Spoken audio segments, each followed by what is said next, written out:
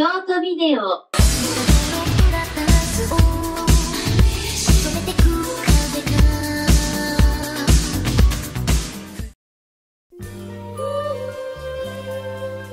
So last year, I did a video on the Lupin the Third movie, The Castle of Cagliostro. It was an intriguing deep look at an anime film that would leave such a profound impression on the world of animation. The debut blockbuster of one of anime's most celebrated directors and his team of equally important animators. And, most importantly, a highly entertaining Lupin the Third caper in its own right. So much so that, almost a year later, I have found myself getting the itch. The Lupin itch. And the only remedy I know is talking more about Arsène Lupin's Japanese grandson. And yes, this does have everything to do with that video being one of my more popular ones, so shut up. But where to begin? The Lupin franchise is a towering beast with 50 years worth of history consisting of TV series, movies, OVAs, and gas station commercials galore. But it was amazingly easy to pick something out for this video because it was the one that made the most sense after talking about Castle of Cagliostro. I am of course talking about the Lupin movie that came before that movie, the very first one, or as I like to refer to it as, Castle of Cagliostro's polar opposite.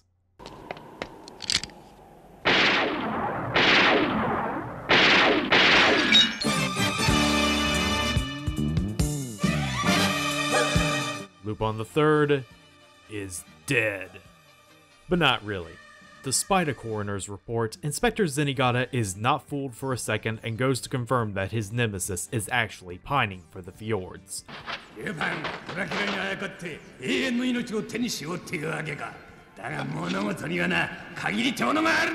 Lo and behold, it was just a prank, bro.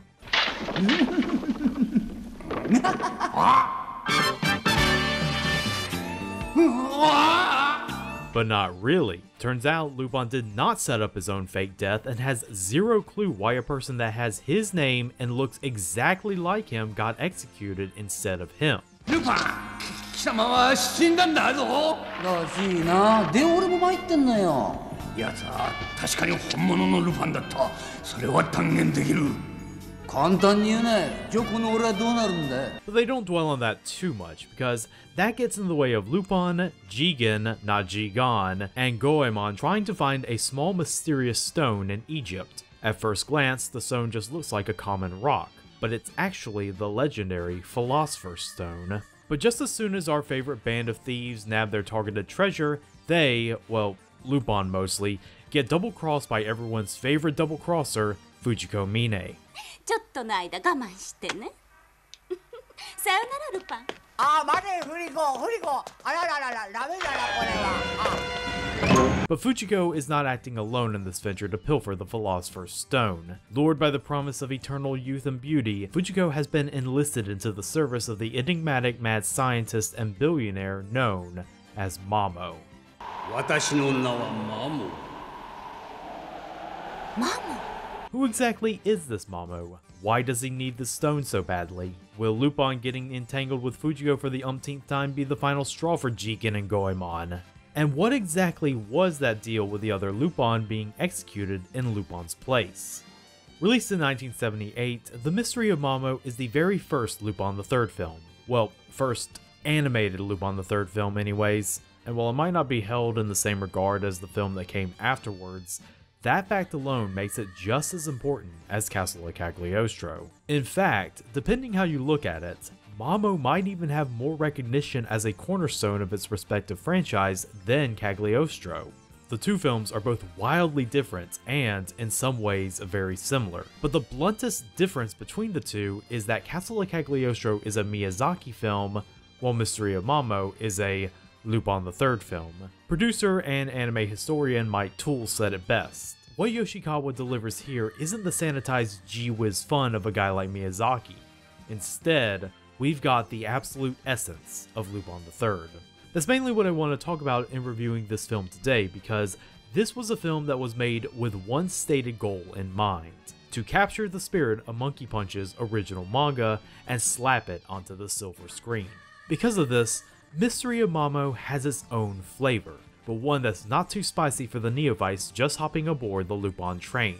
What makes Mystery of Mamo so equally important in the canon of classic anime alongside Cagliostro is not just its faithfulness to the original source material, but how it's actually the best starting place for newcomers to the franchise. So I'm not going to go deep into this history of Lupin and his origins and how the anime came to be in the first place. I already did all that in the last video, so if you want to catch up on all that, just pause this video and go watch that. We're mostly going to be focusing on the production of Mystery of Mamo for this video. In the mid-70s, the first series of Lupin, despite having been cancelled after 23 episodes in 1971, ended up being a huge hit in reruns and was experiencing a consistent surge in popularity. In brainstorming a second Lupin series to capitalize on this moment, TMS had a thought. Both Hayao Miyazaki and Isao Takahata had to go to great lengths to make Lupin and his associated franchise broadcast friendly and palpable to the masses, while still keeping the true spirit of the series alive when adapting it to TV. They also had an unaired pilot movie on their hands that was rejected for being too racy for the network's suits. And thanks to the current popularity of exploitation and pink films in Japanese theaters at the time, it proved that the movie industry didn't have the same standards as the television industry. So what the hell, let's make a Lupin the Third film that's true to the source material. The film that would become Lupin the Third: The Mystery of Mamo was greenlit and started production alongside a second Lupin series known as the Red Jacket series that was slated for a 1977 release. The only problem was that most of the key staff who had worked on the original Green Jacket series had already left TMS. They were kinda able to make this arrangement work for the TV series by assembling a patchwork of those animators from multiple studios, but for a movie, you needed at least a central base of operation. So TMS decided that their first feature film would be handled by an internal studio that they had been forming called Telecom. Directing this feature would be Soji Yoshikawa, a former animator for Muchi Productions. He would join up with TMS at the turn of the decade and worked for many of their big shows as a storyboarder and director. Specifically, he did the storyboards for the first and last episodes of the Green Jacket series. Assisting Yoshikawa in writing the script would be Atsushi Yamatoya. He had also done work on the Green Jacket series as a screenwriter, but at the time, he was mostly known for his work on sexually explicit pink films that were hitting theaters in that time period, most of which he both wrote and directed. An example being 1967's inflatable sex doll, The Wastelands, a film I'm only pointing out for the title alone. But the most important person on the team was the one overseeing all the animation, Yasuo Otsuka. Otsuka had been successfully lured back to TMS and was the only one of the original 3 architects of Green Jacket to do so. Takahata and Miyazaki were still committed to their work on the World Masterpiece Theater series. In a way, Otsuka has been considered to be an unofficial second director on Mamo, since the majority of Telecom's team consisted of novice animators, a questionable decision in hindsight considering a lot was riding on this film. Otsuka was the one hired to oversee them and whip the lot into shape, meaning that Otsuka would often find himself reanimating a lot of the work out of dissatisfaction with his team. Visually, a lot of this movie draws from the unaired CinemaScope pilot movie of 1969. Bold coloring, character designs that are steadfastly true to Monkey Punch's art style, and having a very laissez-faire approach to sex and violence. This is also the main reason why the Goemon we see in this film looks to be strangely swarthier than usual. Now, if you go into this movie expecting the same level of lavish animation that was on display in Castle of Cagliostro, you might be a little disappointed. The animation quality of Mamo is a little more limited than you would expect, just ever so slightly above the quality that you would see on TV. But don't even think for a second that this movie fails to live up to a big cinematic experience, because it really feels like a big movie. What this film lacks in the intricacies of Cagliostro, it more than makes up for it with strong as hell boarding. So many cuts in this film are boarded in such creative ways so as to give the film this feeling of a massive blockbuster.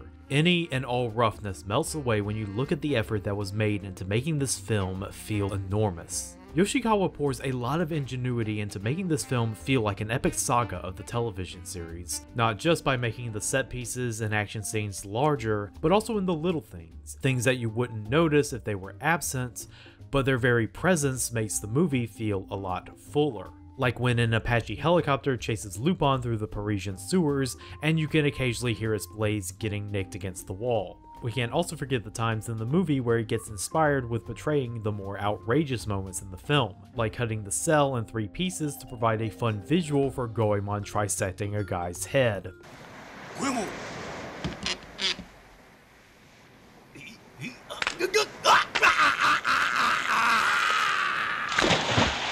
And there's also the instances of Yoshikawa mixing mediums by copying real-life photos into animation. Sometimes it's used to give a psychedelic yet humorous effect, like when Mamo examines Lupin's brain only to find pictures of naked ladies. And other times it's there for a cute reference, like copying an ad for Clark bars featuring DC Comics superheroes and having Monkey Punch draw Lupin's smiling mug alongside them.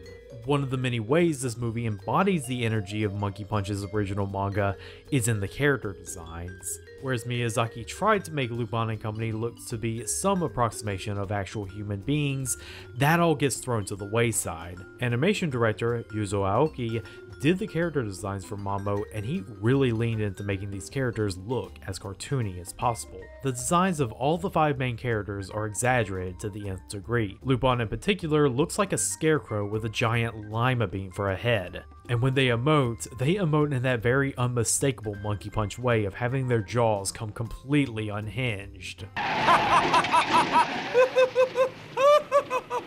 The side characters created for this film don't look half bad either, ranging from Mamo's hulking manservant Flinch to an unnamed Henry Kissinger caricature that is so obviously supposed to be Henry Kissinger. That's not fair.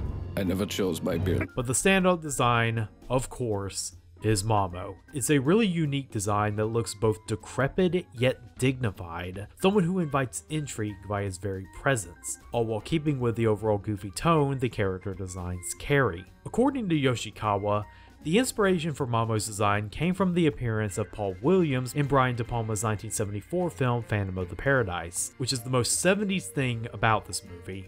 However, what captures the spirit of Monkey Punch's original manga is the animation itself. The way everything is paced feels snappy, quick, always moving. Monkey Punch was greatly influenced by a lot of the classic American cartoons of the golden age of animation in making Lupin, specifically cartoons that were centered around a chase between 2 characters. He has gone on record in saying that the relationship between Lupin and Zenigata is exactly like that of Tom and Jerry.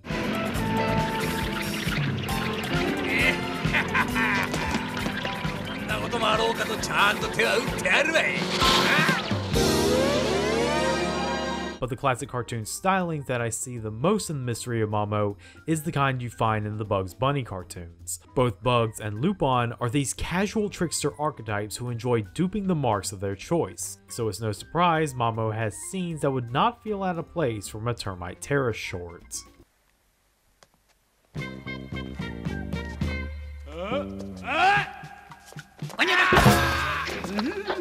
最も原始的な手で引っかかりやがる。 Presentation-wise, The Mystery of Mamo introduces an important element to the Lupin franchise that would maintain the energy of Monkey Punch's manga throughout. Composer Yuji Ono. A big band jazz leader, this was Ono's first true outing with Lupin, introducing the energetic brassy jazz that defined the entire series. Specifically, that theme.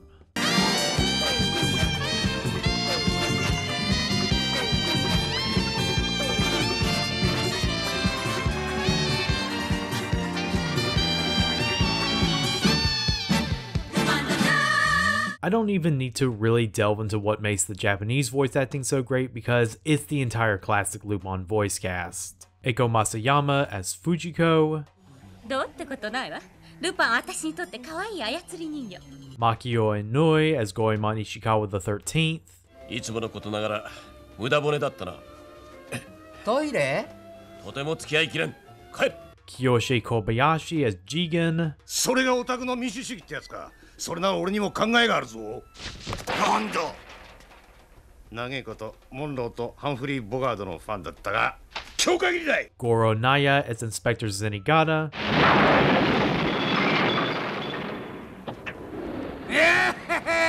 見たかこの迫力。 and the always cherished Yasuo Yamada as Lupin, who's really at his most feral in this role. お腹空いてるはずよ。ほらあんして。わちゃちゃちゃちゃちゃちゃちゃちゃちゃうるせえな。食いたきゃ勝手に食え。 But what I really want to talk about is this English dub. All 4 of them to be exact, because that's a bit of history within this film's history. The first dub was produced shortly after the film came out in 1978 by the film's distribution company Toho. But now, it's just the 2 of us. Really? That might never happen again. Might not happen again. Never happen again! It's really hard to find information on this dub, and a lot of the actors didn't go on to do other things. What it is known for is having some of the most drastic name changes in the history of the franchise, giving characters like Fujiko the name Margot. Even the pain of thy thorns gives great pleasure to the love in my heart. O Margot. And giving Goemon the noble Japanese name of Samurai. Hey, Samurai! But those changes aside, it's an exact translation with little to no deviations from the source material, and all things considered, it's not that bad for an English dub produced in the 1970s. Though the audio is overmodulated because this was designed to be heard on international flights on Air Japan. I think that's enough for now. You can leave the rest of it up to me. Hey, wait a minute! Wait! And there are some line readings that you just can't help but be tickled by. Only a laser beam can cut through my vest. In 1995, Streamline Pictures produced a dub that would be the first official release in the States of Mystery of Mamo. My love is like a red, red rose. Lupin. A rose is a rose by any other name would smell as sweet. What is this, English Lit 101? It featured, among other things, a more punched up script and a few notable voice actors. Robert Axelrod is here playing Mamo just around the same time he was voicing Lord Zed on Power Rangers. I've been thinking about your compensation for the stone, and I've decided to give you the greatest gift of all, eternal life.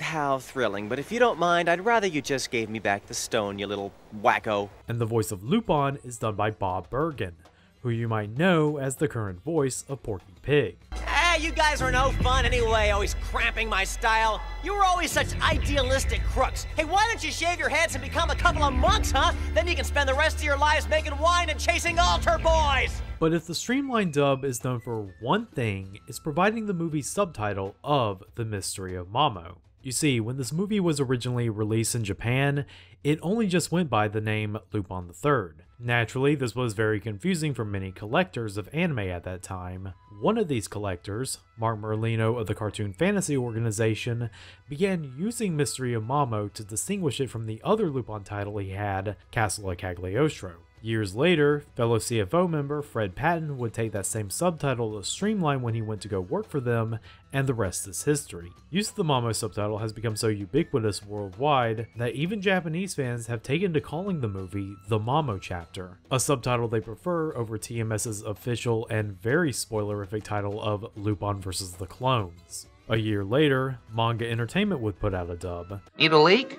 All I wish to relieve myself of is your vulgar company. It's a very odd dub full of mispronunciations, varying audio quality, and getting around European copyright laws, which is the reason why Lupin is called Wolf throughout this dub. Hey, Wolf. Wolf. Wolf's End. Wolf. Wolf. Wolf, cut the crap. Though I will admit, it does have some actual funny lines in it. You accepted the commission to steal the stone for her only because you like the look of her ass. The wise man has said, nice asses turn men into asses. Last, but certainly not least, is the Geneon dub, which to me has the essential Lupin English cast, especially Tony Oliver and Richard Epcar as Lupin and Jigen.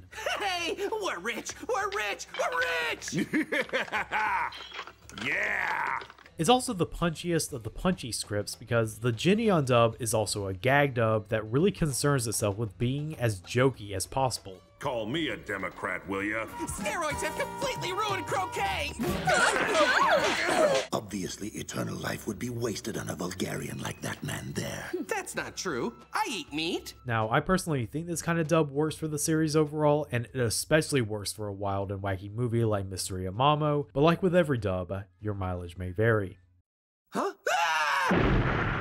But I've talked about dubs and why this anime captures the visual energy of Monkey Punch's work enough. I need to steer back to my main thesis: why Mystery of Mamo is the best place to start with the Lupin franchise.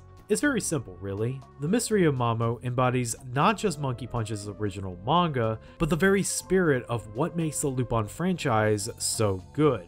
Within the first 15 minutes, you're introduced to our 5 main cast members, what their character dynamics are, and why they are so entertaining. We see Zenigata's single-minded devotion to capturing Lupin. We see Lupin tricking Pops and escaping his grasp. We see Lupin and Jigen pull an ingenious heist, stealing treasure. We see a big chase scene that ends with Goemon bailing Lupin and Jigen out. We see Fujiko and the reason why TMS wanted this movie to skew older. And finally, we see Lupin's ill-fated attempt in getting into Fujiko's pants be met with her double-crossing him and stealing his treasure. In short, that whole 15 minutes is an introductory setup of the building blocks of what makes the Lupin franchise. By watching that, you know exactly who these characters are and what exactly is their dealio. However, if you were coming in from other entries in the franchise, you should really know that, in keeping the spirit of the manga, Mamo really delivers an interpretation of Lupin that's a bit more Byronic.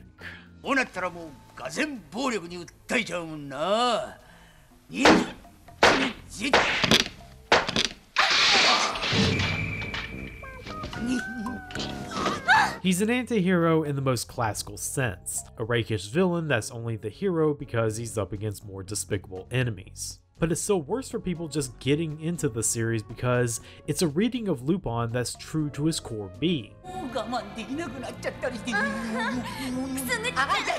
The essence of Lupin is also captured in the movie's overall structure. The Lupin series is built on the episodes being a series of chases. As I said before, the chase is the central tenet of the entire franchise. And what is this movie if not a series of chase scenes that combine into one big chase movie? You've got Lupin chasing the treasure, Lupin chasing Fujiko, Mamo chasing Lupin, Zenigata chasing Lupin, and the United States government chasing them all down. It is the chase to end all chases. Perfect for the first movie. But don't even think for a minute that this is a completely shallow popcorn muncher. This is an hour and 45-minute feature. They're gonna explore some character depth. It's not a thorough examination of who Lupin is like with Cagliostro. Mamo is instead more concerned with examining the bond Lupin has with his companions and what exactly happens when those bonds are tested. Throughout the film, Lupin is pursuing Fujiko, and while this is mostly because he is a horny idiot, he also feels the need to rescue Fujiko from her involvement with Mamo.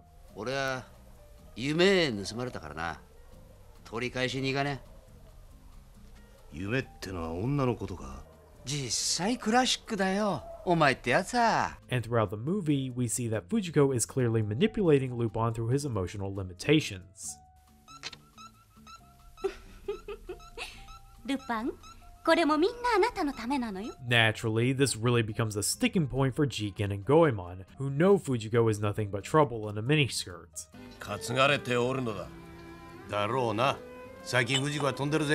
And after it causes them more than one headache, the two of them are either threatening to turn on each other or abandoning Lupin after giving him an "it's me or the dog" ultimatum. Of course, even after Lupin chooses the hot sexy dog over his buddies, they can't abandon him for long, and are always there to bail him out of trouble. Just like how Lupin can't quit Fujiko, Jigen and Goemon can't quit Lupin.